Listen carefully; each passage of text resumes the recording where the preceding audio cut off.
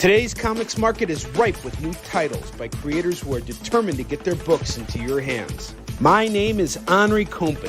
For the last decade, I've been making and selling my own creator-owned comics and dealing as a collector in live sales. My signature series, Yi Sun Shin, is the book that cannot be defeated in battle and has over 250,000 copies in print.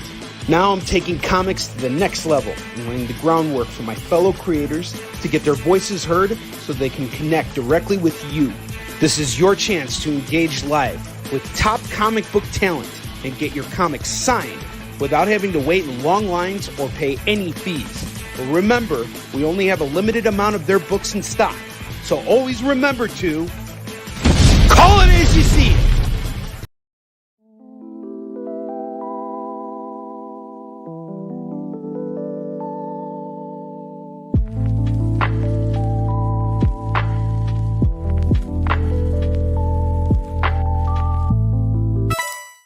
Hey, I'm Joe Pruitt. I'm the publisher and CEO of Aftershock Comics, and you're watching The Experience.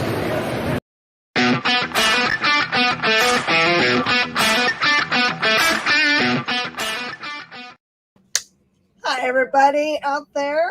This is Miss Jen, and we're on The Experience. This is Talking Shop, where I love to talk to creators and find out what they've been working on, when we can get it, what's it about, and make sure you know all the things you need to know so you can get it into your list for your pull box or on a wish list at your local comic shop.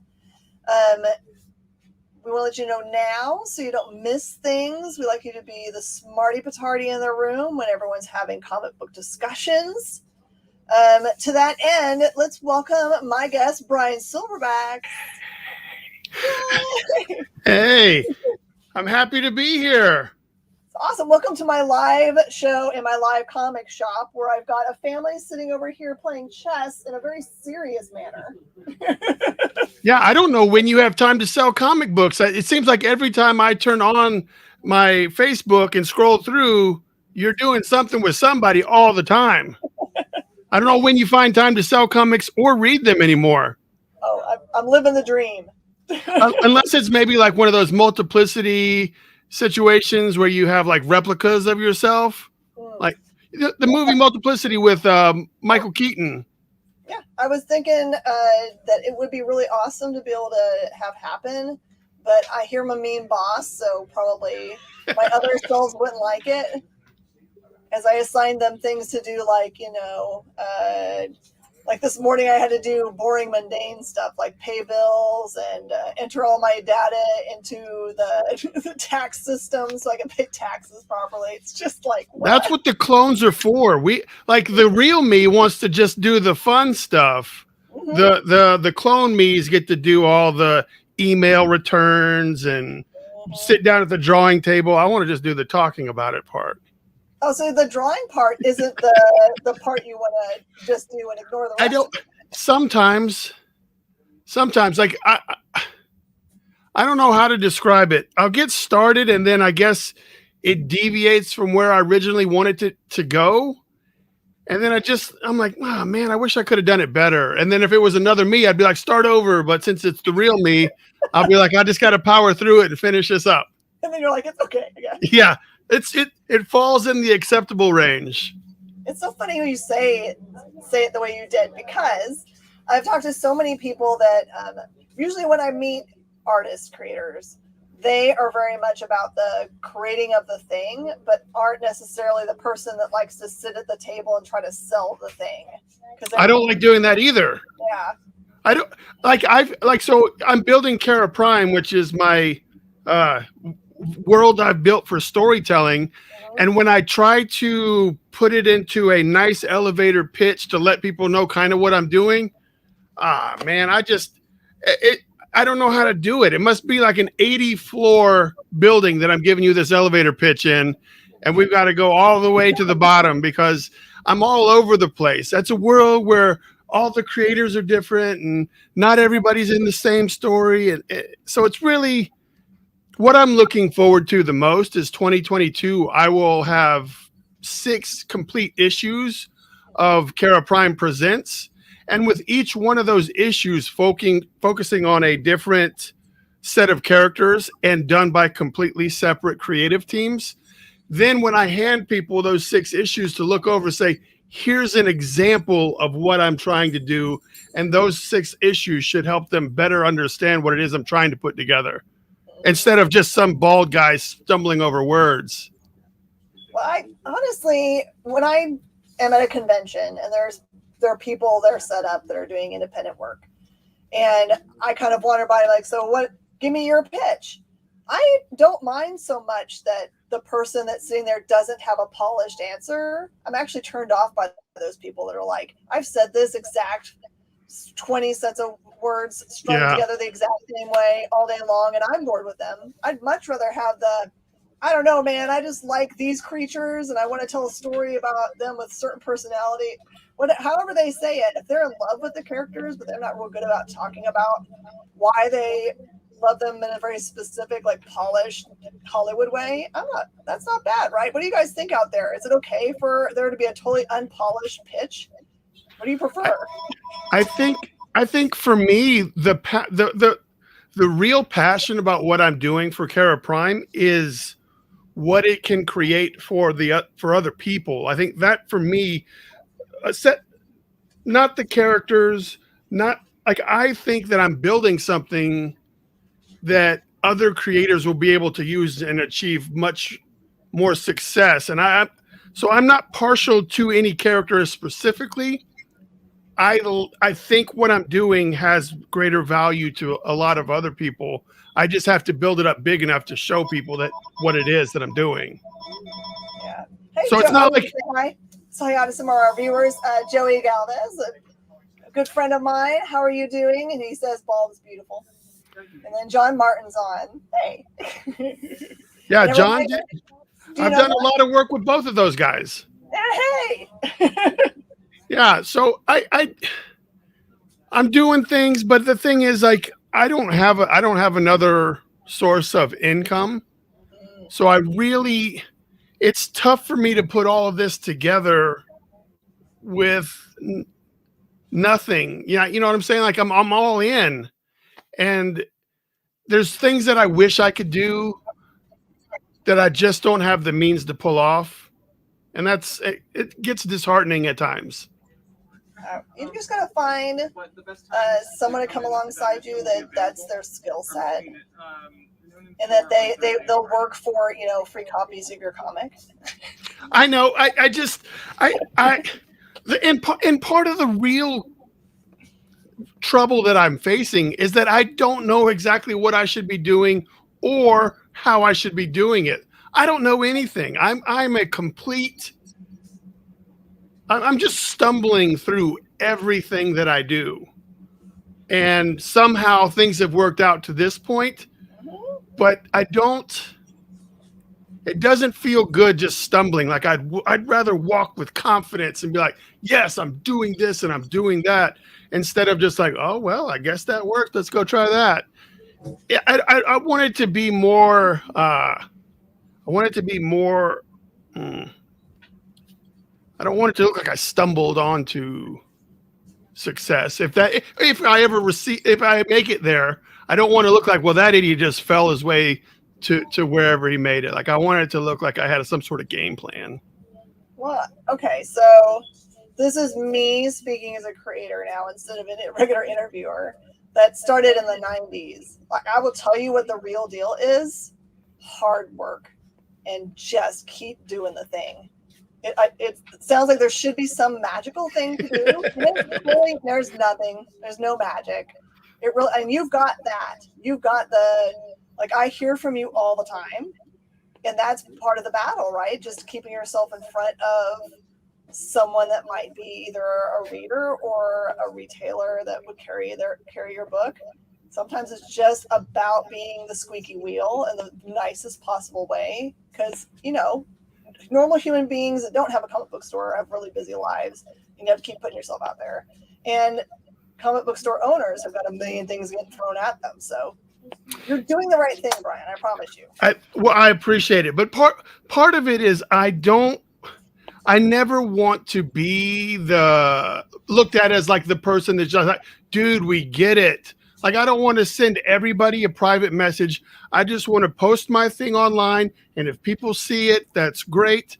But I never want to put anybody that I've come in contact with, whether it's you or a friend that I've known for 20 years or somebody I just met. I don't want them to feel like our friendship or our relationship it at all defined by whether or not you back this Kickstarter or you plug me or have this interview. So I've got a Kickstarter going on now. I think I've been on like 2 stream shows because I don't want to be that, hey man, you remember me? Like, you either want it or you don't. And I'm just going to keep doing it until I can't anymore.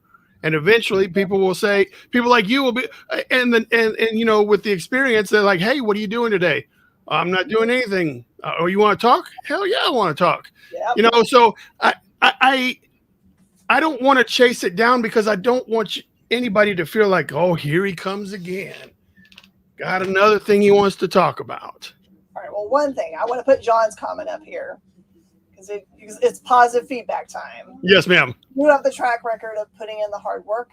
So I don't think anyone would question your success. That's what John has to say about it. Well, I thank you, John. John is where I was maybe like a year ago. Like he's trying to find those covers. He's trying to get his own thing started. He's trying to brand himself.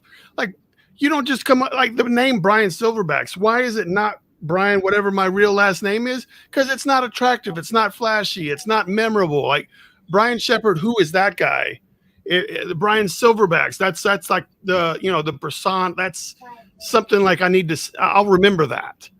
Yeah. Oh, that was smart to kind of like have a branded name. Just like I lost my last name at some point. Like I lost my last name, honestly, like 20 years ago when I started having my kids and I started teaching soccer. I just became Miss Jen. I lost my last name. I don't need it anymore, I guess. Well, I mean, Sugar's only got one name, right? It works. But no, what the name thing for me also started because I was doing artwork and police work at the same time. Mm-hmm. And I didn't want to arrest somebody and have them find me like online talking about, hey, let's go watch Deadpool together. And they're like, that's the guy that arrested me. Like, I didn't need that. So I needed to come up with a last name that was fake so that they couldn't find me as easy on the internet. That makes sense. All right, so let's talk about this. So what is your background?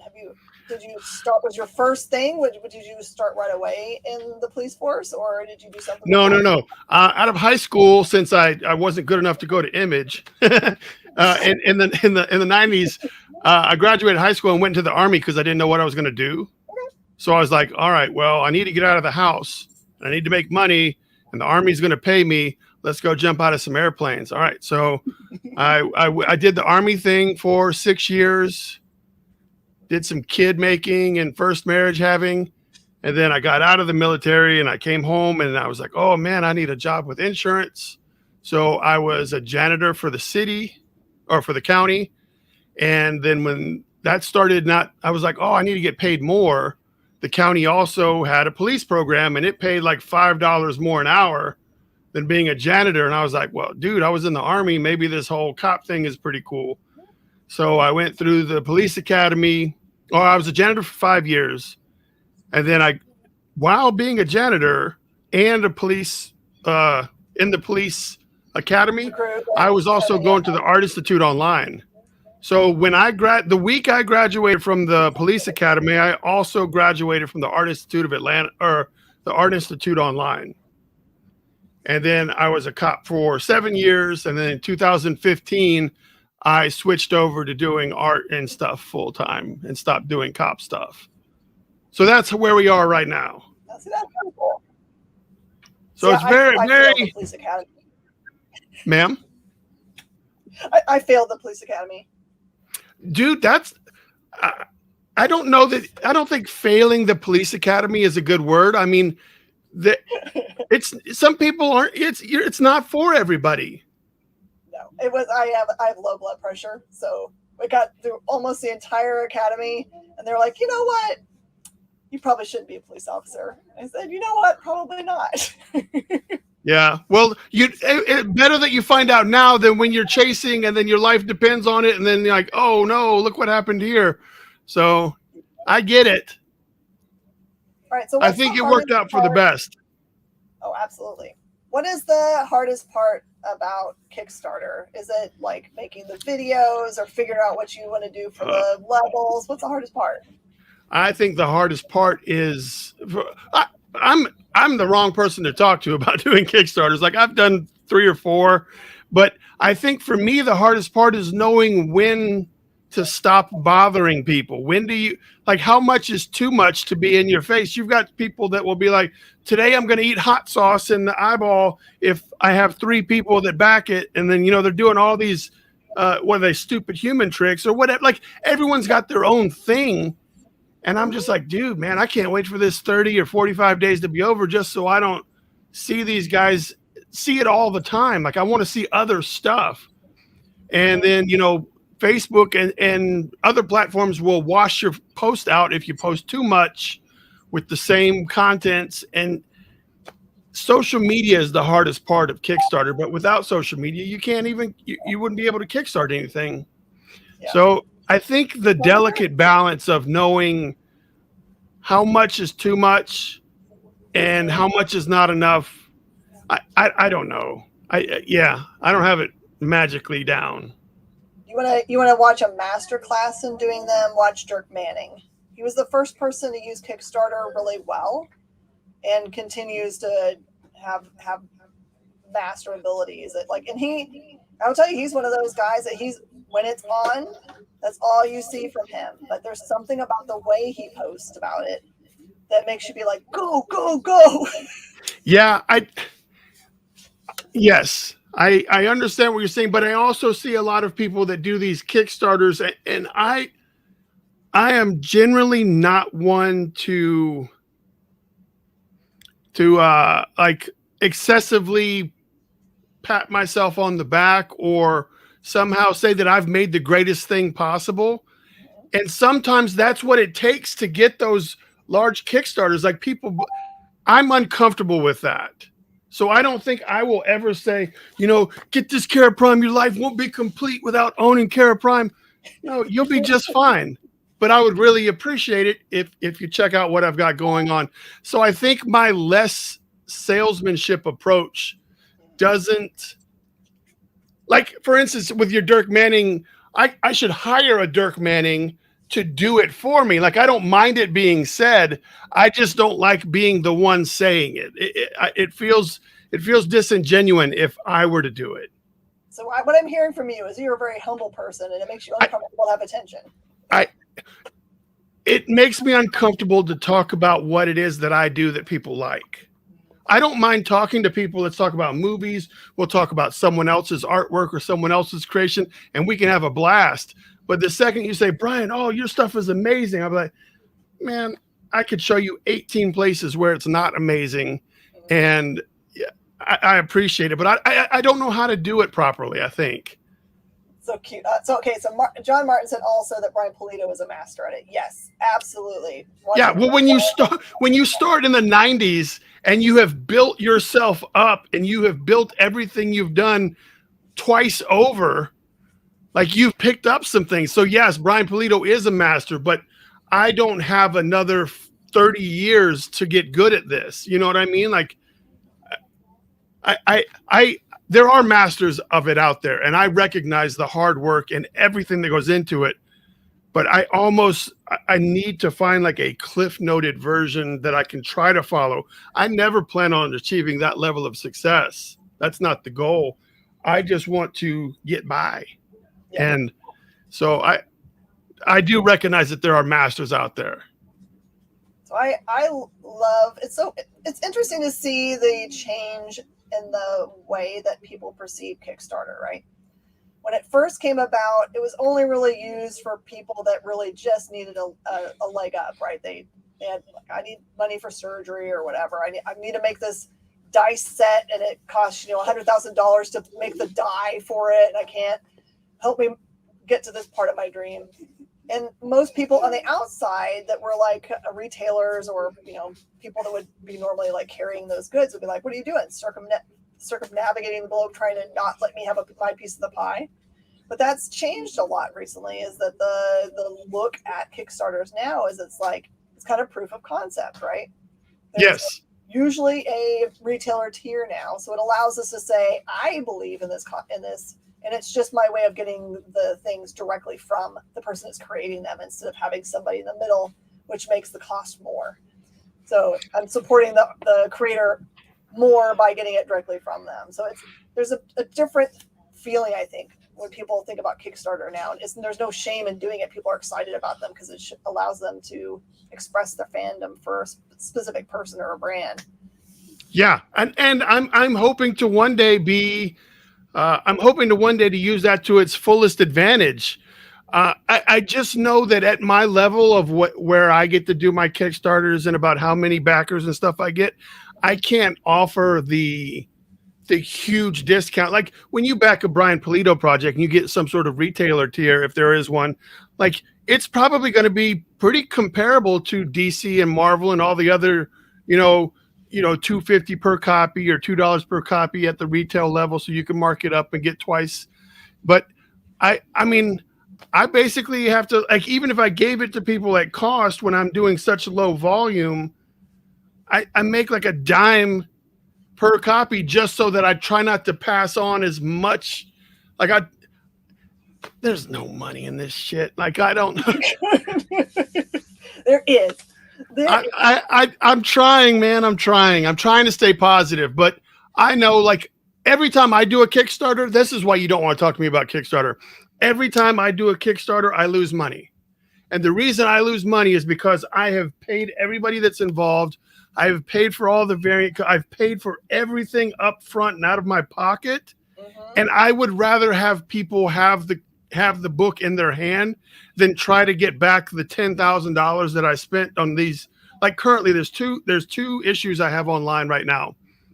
It's the same Kickstarter. You get both issues, but like, I'm into both of those comic books probably at $7,000. That's how much I've put into paying the letterer, the cover artist, all that stuff. I'm about $7,000 into those. And the Kickstarter, I only said it needed $2,500 to fund because I really just want to get this in people's hands. I know that I'm not going to make my money back. So I just want to try to come close to breaking even, but I know that I'm not going to get my money back. And I don't want my money back. I want people to own a copy of the book that I'm making and saying, oh, I can see what he's talking about. I kind of enjoy what he's putting together. I'd like to see where this goes. And then for me, like 3 years from now, maybe I'll do a 6-figure Kickstarter. I don't know. But I know that now I'm eating it. Yeah, a lot of people don't understand that almost all small press, even for Image and Scout, all those things, most of that stuff is self-funded by the creators themselves. And it's a lot of money when you think about if you were going to pay an artist or a writer or an editor or a letterer, colorist, a living wage on a page. It adds up. There's a lot of money in each of those pages by the time they get to the point where they're ready to print. And that's not even how much it costs to print the things. I know. I mean, it's shipping. It's all just, but I never want anyone that works with me not to, I don't want to say, well, I'll owe you. Like, I don't operate that way. Like, if you do something for me, you're going to get the money before I get any money. Like, you know what I mean? Like, so but I also know that my product is new. People don't know it. People may not know who I am. So then you got to pay a cover artist that has this flashy name and the flashy cover and try to get this stuff because you want people to look at it and be like, oh, well, I recognize the cover art. And then hopefully they get inside the story and see what else we're building. But it's just so expensive. Yeah, I feel you. I am a person who owns 6,000 copies of my own comic book that are in my garage, and I've had them since the 90s. And I still love them. I still think they're amazing, and I still sell them to people. But it's true. It's just like everyone thinks it's so easy to be like, oh, just make 1,000 copy print run that you can sell that. It's like, it's not as easy as everybody. Yeah, if all I had to do was pay for the printing, yes, that would be no problem. If all I had to do was pay for the printing and the shipping, but I got to pay $15 a page to have it lettered. I got to pay, $100 for the project to be edited. I've got to pay $400, $500 for a cover. All kinds of stuff. So okay, so in this book, that's a Kickstarter right now. Does it have? Yes, is it the Apex? Apex is the first issue. Okay. So the way it's built is called Kara Prime Presents, and it's going to work like Marvel Comics Presents, where there would be like 4 stories inside the one book. Except the way that we're doing Kara Prime Presents is each book will be a self-contained floppy story. So issue 1 features Apex, which is the orca whale looking guy. And then issue 2 features a character named Terry who just graduated from the Starfleet Academy and ends up getting beamed down to a planet with his girlfriend. And she wasn't expecting to be there, so they got to find a way home. So the first one is more of like an action escape movie movie story. And then the second one is kind of, I describe it, and it's written by Jonathan and I. So Jonathan and I wrote the second one together. Awesome. Of the recount.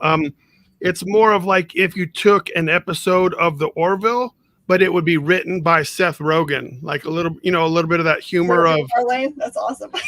No. The Orville's written by Seth MacFarlane, but if Seth Rogen wrote it, then it would be a little bit more rude. Yep. I know that your show is a little on the PG side, so there would be some adult humor involved, and then that's where we've gone with the second episode, the second issue. Oh, that's perfect. And then we've already got the third and fourth issue are already done as well, but I have to do this first. Like the work's already done, and number 3 will have Sister Kate, which is a creator-owned character that someone else created and brought into Kara Prime to leave inside of Kara Prime. Oh, perfect. And then issue 4 will have the reemergence of Loggerhead inside of Kara Prime. And then we also have Kara Prime Kids, which is a kids version of the Kara Prime characters as chibis. Oh, I love it. So that's where we're headed.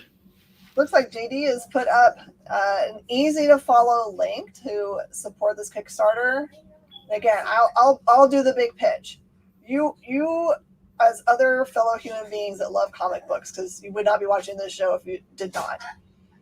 You would back this because it's a great product with great art, and that you were allowing someone to follow the dream and giving them encouragement that they're headed down the right path. So, and you might like it. And you probably will definitely like it. Well, thank you so much, Brian. We've run out of time, and I hate that when it happens. But I gotta go to acting class now anyway. Perfect. All right. Thank you so much. Do follow the link, everybody, and support this Kickstarter. Brian, I'll have you back, and we'll talk about it afterwards and whatever comes next. I would love to talk to you again. Yes, ma'am. I will keep looking for you in my feed. Excellent. Thank you, guys. All right. Thank you, everybody. Stick around. There's more content coming on The Experience next.